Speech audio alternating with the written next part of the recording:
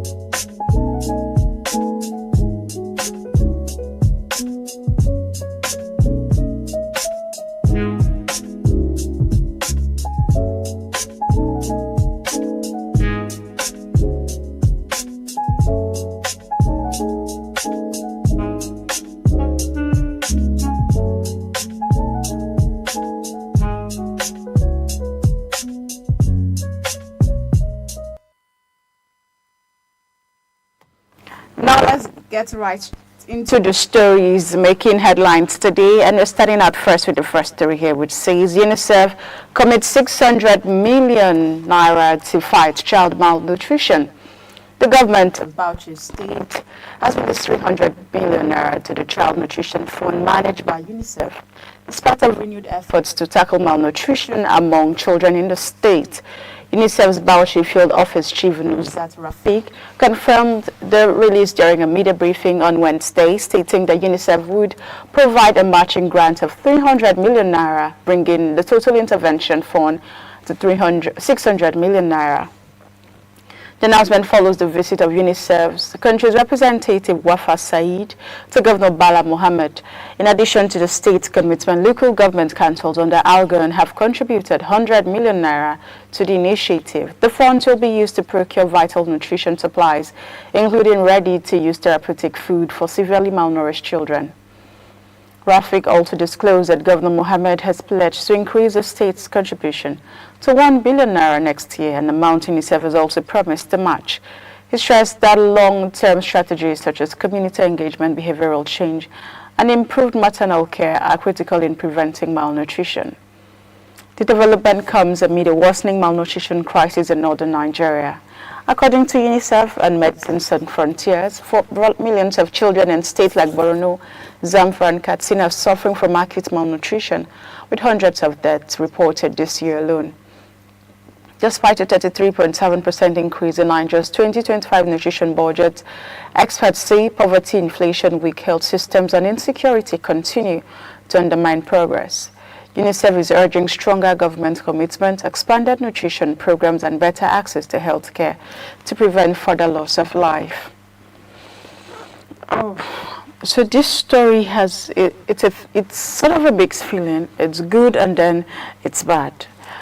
Good in the sense that there is an intervention being made, bad in the sense that the harm has already been done. I mean, malnutrition is becoming a growing cause of concern in some northern states in Nigeria, talking about Borno, Zamfara, and the rest of it. You can just tell that where we are as regards economic power hits down home. And when I say hits down home, because right now you can get a bag of rice for about 67,000 naira. You can get a bag of rice for about 65,000 naira. I mean, just last year we saw it going to 100 plus, almost 200 in some cases. But then again, we now have it at this level. But what we are refusing to understand is the fact that even at 67,000 naira, many do not have the purchasing power. A lot of people can still not afford that rice. So yes, we now have food in the markets, but the purchasing power is low. And I mean, like, we have food at, can I just say we have food? The cost of food, it's fair a little. I mean, 67,000 naira coming from a place where I remember a bag of rice being bought for 13,500 naira, being bought for 8,000 naira. If I say this story, it will sound like it was too many years ago. It wasn't very long. And so now we have malnutrition. What happens when people are suffering malnutrition? You just know they're not feeding fine. They're not having balanced diet. And so what does it cause? It causes malnutrition. And it is not just a family thing. The governments, it's now the government's duty to also take it upon themselves to, see how there's not just a purchasing power. There is an avenue for parents, for people to be able to feed. Yesterday, the Minister of Education, Dr. Tunja Lausa, spoke about how one of the things that the Ministry of Education is trying to do is to bring back the school feeding program and, conditional cash transfer to parents to encourage learning and, of course, help with the cases like malnutrition. But sometimes you wonder, is that even enough? Is that okay to fix the problem? I think what people need is proper empowerment. What does empowerment do? It strengthens you to be able to get the things you want to do the things you want to do, achieve the things you want to achieve. So a man who is poor and cannot provide for his family, or a woman who is disenfranchised, does not have power to even plant or cultivate crops, cannot feed well. So what are we talking about? We're talking about creating an environment that allows for proper agriculture, that allows for agricultural increase and growth. We do not want a situation where some of those places in the north, for instance, Borno, you can already tell how the cases of insurgency has been a very big thing over there. And places like Zamfara, too, insurgency has been a thing. And so some people even had farmlands, have had to either abandon their farmlands, or they've been killed, or they've had to relocate to a new location. And what happens in those kind of places? We see cases of malnutrition. But what can we now do as a people? We can say, fine, UNICEF, you've done well, but we want something that's sustainable. Why don't we tackle the insecurity in that state? Why don't we ensure that there are large farming land or farmlands for people to cultivate their crops and go back to what feeds them? Because the truth is, you cannot keep donating money and providing money for these people. What you can do is to incentivize this thing, provide a means of empowerment so that people have something to bank on. I'd rather you give me a hoe to farm, give me crops to plant, than for you to give me rice that you've cooked. You know how they say, teach me how to fish.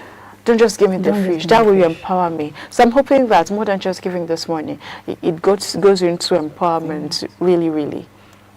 This particular story, just as you have put it, makes me want to go back to the way it used to be before, when the trade by barter was still available. If you look at Bauchi example, amongst other states, the states that have been mentioned in this malnutrition case, are states that they also have things that can be sold, things that can be exported from their own state to another state in exchange for other things that are way cheaper in their states than other states.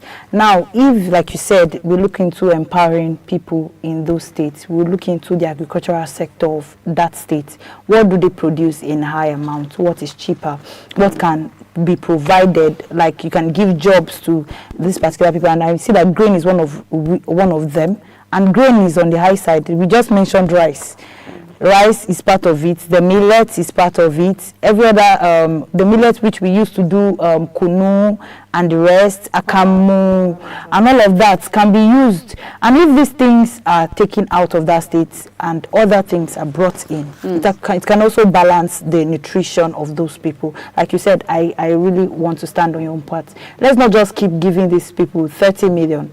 100 million just to solve the case of malnutrition. Let's start solving their poverty cases, because those are the cases that lead to malnutrition. Let's solve the job creation cases. We need more job creation in that place. We need to empower these people to be able to stand for or fend for themselves, instead of just always running to them, always bringing, even the health sector, bringing health aid just to them and not creating health facilities that can actually tackle those things, the diseases they face, is like saying, let me just give you water to drink now, you can go test it for the rest of the year. It's not nice. Build a borehole for them. Let there be availability of that water resource there. So try to create job opportunities. Try to make sure that what they are actually good at, that's the millet production, is actually will I say harnessed to a higher point, because other states of course would need this particular millet that they are producing and would not have it.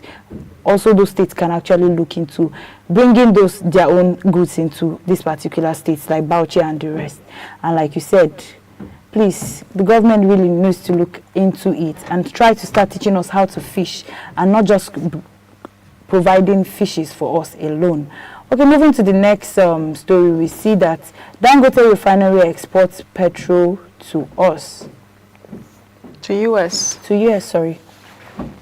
The dot wasn't there. The Nigerian Dangote Petroleum Refinery has made its first shipment to Premium Motor Spirit (PSM) in the United States.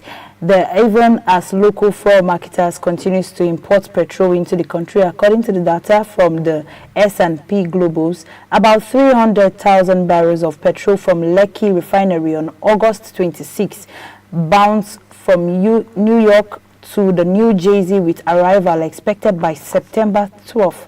The milestone highlights Dangote expanding international reach amidst ongoing local resistance, as over 1 billion liters of petrol were still imported into Nigeria in June, despite the refinery's operation.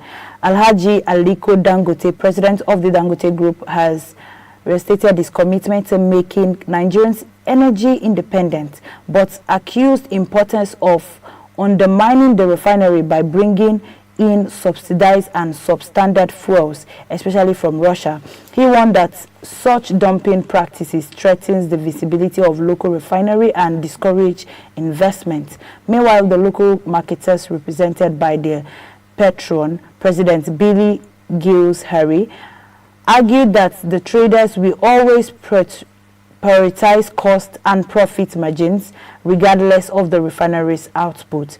Despite exporting over 1.35 billion liters of petrol between June and July 2025 to countries including Ghana, South Africa, and now to the US, the refinery has supplied only 455 million liters locally in June.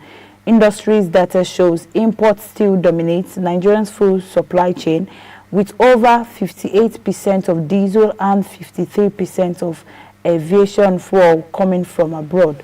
Dangote has urged the federal government to enforce Nigerian first policy in petroleum sector to protect domestic refineries from unfair foreign competitors as well as competition. This is another story. You should move the first one. That's nice. This is another story. And I always, like I said, I think Aliko Dangote is one person that has always stood on the side of Nigeria, stopping the increase of importing fuel than exporting. He has always wanted to push that, and at a point in time last week we saw one of the headlines that shows that he has actually succeeded to a very large percentage that we now be able to export our fuels more than the way we import fuels, and we'll be able to get it refined. But now we see that business owners, some other people are still sidelining. Right from the time he has been trying to reduce price of petrol here in Nigeria to our local production, even apart from the international production, exportation, we have been looking into internal exportation of these petrols, and he has been hitting on the reduction of price, hitting on it. And we hear that so many people stand up and say that, okay, no, you will give this price, me, I will do my own price. And this kind of thing just shows that unity is lacking when it comes to the petroleum business. And he is saying that most of this petrol that you will bring in are not really, cannot be reliable. Let's do our thing locally and not just export externally more than we have in our own house. Let's be able to export enough and still have enough to feed or to give out to our own citizens. That's the major thing he has been hitting on, so that it can reduce the rate of which we export and we import fuels. But one man brings up an idea. It takes intentionality for other people to actually buy into that. I like that you said it takes intentionality, but because the truth is, it will be so difficult for the Petroleum Marketers Association to unite. It will be very difficult because, of course, their personal interests, their personal gains that must be protected. But then again, there is the fear of monopolization.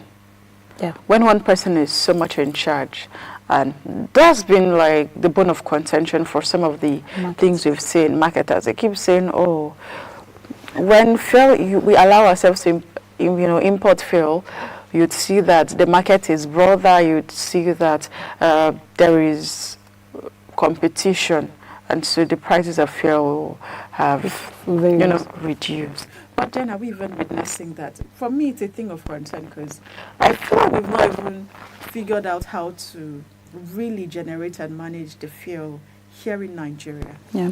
I feel like the cost of fuel is still expensive. We still have refineries that are not working.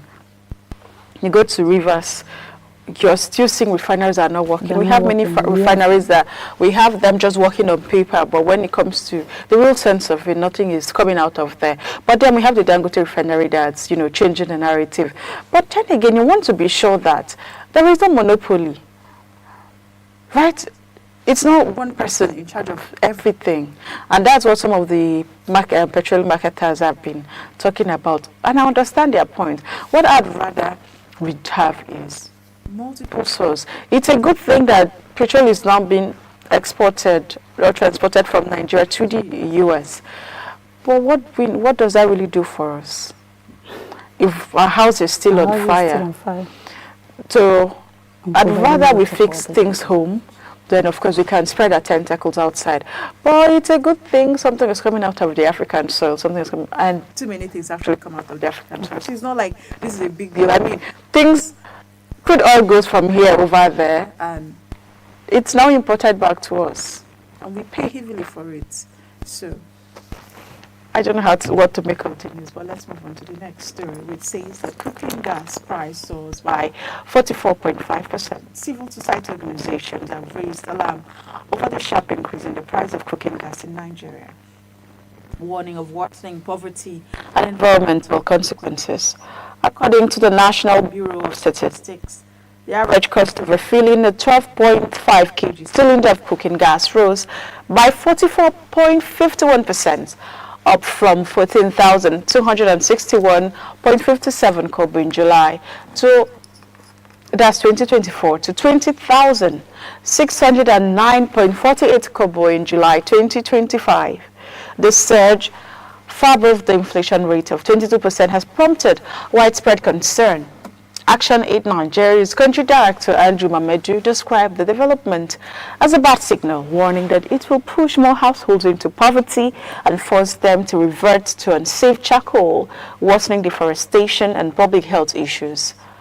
Christian Aid Nigeria's Munachi Ugochukwu called on the government to urgently intervene in the LPG market.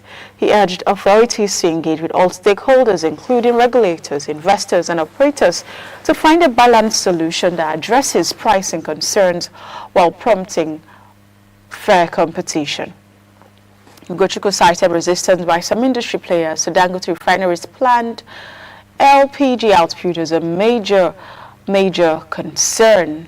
While Dangote has announced plans to produce over 22,000 tons of LPG daily to reduce prices, some stakeholders fear monopolization. Despite a modest month-on-month drop in July 2025, with 12.5 kg prices falling from 21,000 to 20,000, CSOs insist that sustained government action is needed to prevent further hardship. They want down less bottlenecks such as gas flaring, high transportation costs, and lack of enforcement addressed. Nigeria's clean cooking gas agenda will be derailed. The call comes as the federal government's 2025 export ban on locally produced LPG appears to have yielded only limited results, with gas still unaffordable for millions of Nigerians. Okay. It's sad that in 2025, we're spending more on gas compared to 2024. Like 1 year later, we're having to spend extra on gas. And the risk in all of this for me is how our environment can be affected. Because if I can no longer afford gas, I'll look at the bush, I'll look at the trees, I'll start thinking of firewoods. And what am I doing? Deforestation.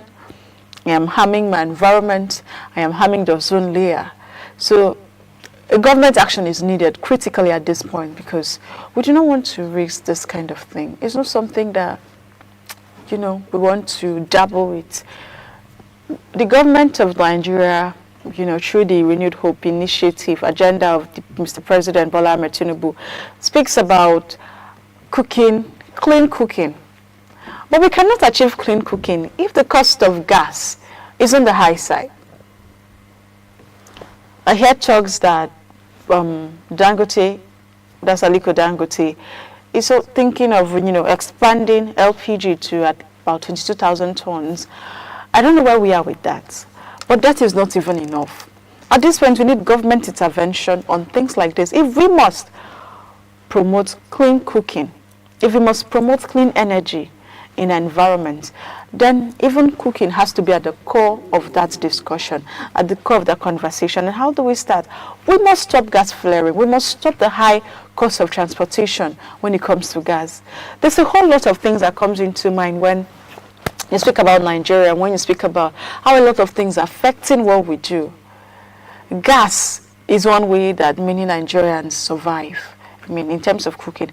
How many people are able to afford electric stove? And if you're able to afford electric stove, how many people are able to afford the electricity bill that comes with using an electric stove? What be times if you're staying around the Band A, you would pay through your nose. No. Because it's not funny. It's not. So I'm hoping for a government intervention. I mean, the Action Aid is calling on action, but we are really hoping that the government steps in and ensures that gas becomes very affordable. I miss those days when gas, I think when I was in uni, gas used to be 450 per kg. Per kg. And now we're seeing it going to 16, 17. I mean, the Naira is gradually losing value, and it's very sad to see in my lifetime. Actually, like I said, like you said, sorry, I understand your lamentation over this. It's the truth. See, the news put it in a way that you feel like it's something that we are walking into. We are already there. Like, so many people are relying on firewood right now as we speak. There are so many families that are going back to firewoods. You can see families that have their gas, they even have the electric cookers, but they still have the firewood in their houses. They still go into deforestation, trying to create firewood to be able to cook foods that they know that they do not want to spend time cooking, because gas, of course, is expensive and is on the high side.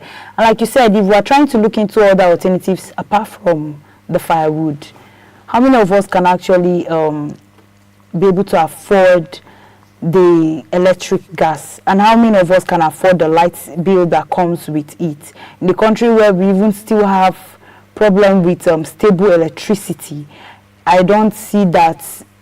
We still see it as a problem, a big problem. So this is still trying to, will I say, push us into other alternatives like the solar cooking gas. I feel like that's the only alternative right now that is more safer and more cheaper and more affordable to use. And if you notice, most of the time we always have this complaint with the government. You say something will go down, we've been looking forward towards that, but we would not see it. We hear that on the headlines that this has been reduced. Yesterday we were talking about it. We say when we now look into the reduction, we see like a 10 naira reduction, and it's on the people buying in bulk, it's better for them. But people who are buying, the retailers, the ones that are buying the small amounts, it's like removing nothing from the whole price. And now we've been seeing this hike in prices, not just in gas. We've seen it in petrol. We're now even seeing it in the CNG. the compressed natural gas, and the hike is increasing. Yes, we are seeing that this is helping us because according to what one of the headlines was saying day before yesterday, these are the reasons why Nigeria now, we've been able to meet up with our budget for 2025, and we do not need to borrow locally anymore. Yes, we understand that particular fact that this is a way of increasing or helping revenues.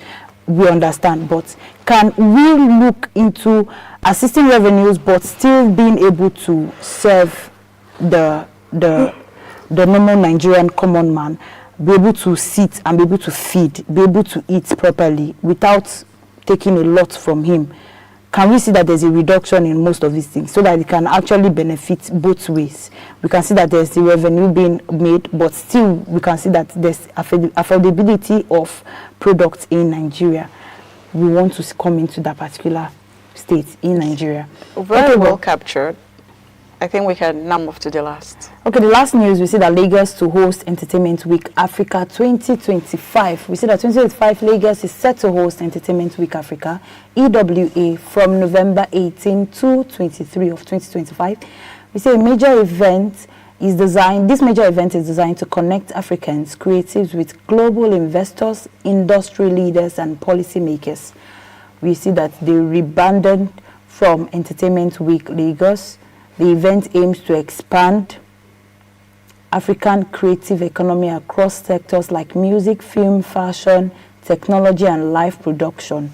EWA 2025 will feature 6 flagship events: the Content Festival, the Music Festival, the Fashion Festival, AI and Tech Expo, Live Production Expo, and Creative Job Fair. The initiative is geared towards supporting emerging creatives by providing mentorship, funding opportunities, and access to international markets, creating pathways for growth and visibility across the continent. We see Dire Art Alad, co-founder of Chief Creative Officer of the Live Sports 360, emphasized that the transformation of EWA from local initiative into continental force. Organizers highlight that the event role is bridging gaps between the talent and infrastructure, as well as innovation and capital, and positioning Africa creative industries from billions in GDP contribution and millions of jobs while attracting international investment and fostering global partnership. Another beautiful win. I think we've been recording a lot of beautiful wins when it comes to Africa as a whole. Yesterday, we were looking into the sports part of the win, and we saw that many of our coaches or many of our football teams in Africa has been emerging with African coaches, not needing external coaches to come and coach us anymore. And this is, like I said, it's a beautiful win to see that there's a way of creating initiative between the arts world. That's I think majorly is the particular position where revenue or money is being made. Business now, the main booming business is when it comes to art and culture, entertainment, the music world, the sports world, the arts world, the paint world, and all of that. Those are the major businesses now in town that is bringing a lot of profit in the market. The tech world, we saw that there was a mention of the tech world, and this initiative is for the production of or the more creation of jobs in Nigeria and in Africa as a whole. Like I said, this is a big win. I think at this point we need to bring a trophy and hand it over to Africa as a whole. But Africa as a continent, we've looked into it. When it comes to entertainment and art and culture, we should be leading. I totally agree with you that we should be leading, and I think rightly so, because we are really leading. Look at our music stars. Look at the people who are into our arts world. I mean, we are talking about people like Sloan. We're talking about people like Davido. We're talking about people like Asha.